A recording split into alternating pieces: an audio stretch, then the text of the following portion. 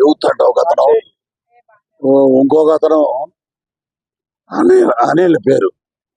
Twitter లో, Facebook లో, WhatsApp లో నా నెంబరు పోస్ట్ చేశాడు.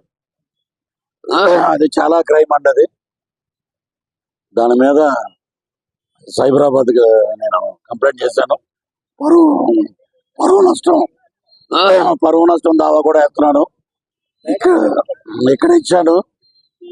ఆంధ్రాలో మా హోమ్ మినిస్టర్ వంగలపూడి అనిత గారికి కూడా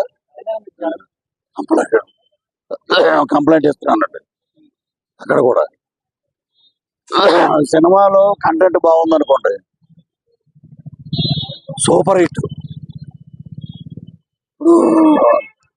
నేను చూడొద్దు సినిమా అంట మీరు మానేస్తారా?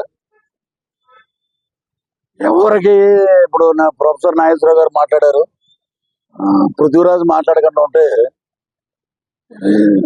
లైలా సినిమా గురించి ఇంత పబ్లిసిటీ లేదు. ఈరోజు సినిమా విశ్వక్సేని కానీ, ప్రొడ్యూసర్ గారు కానీ,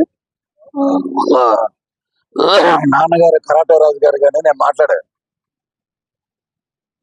వెరీ హ్యాపీ. ఇదేందుకు మధ్యలో సో సినిమా పరంగా 14 రిలీజ్ అవుద్ది. Super super duper hit cinema. రాజకీయంగా నా మీద, నా ఆరోగ్యాన్ని, నా వ్యక్తిగత ఇమేజ్ని డ్యామేజ్ చేశారు కాబట్టి మా లాయర్ ద్వారా, మా హోమ్ మినిస్టర్ గారి ద్వారా డెఫర్మేషన్ సూట్ వేస్తున్నాను.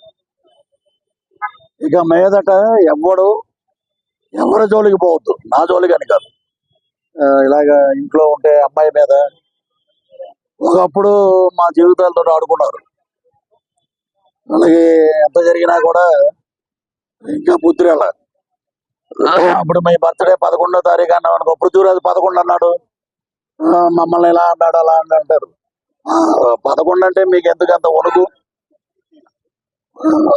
ఉన్నది ఉన్నట్టే మాట్లాడాం మేము. నేను ఉన్నది ఉన్నట్టు మాట్లాడా. అది సినిమాని సినిమాగా చూడండి, సినిమాని ప్రేమించండి. హీరో ఎంత కష్టపడ్డాడో మాకు తెలుసు, గౌరవించండి. సినిమాని హిట్ చేయండి. ఎదవ నీచమైన రాజకీయాలు ఉంటే పృథ్వీరాజు పొలిటికల్ సినిమా ఒకటి చేస్తాడు, అప్పుడు చూసుకుందాం.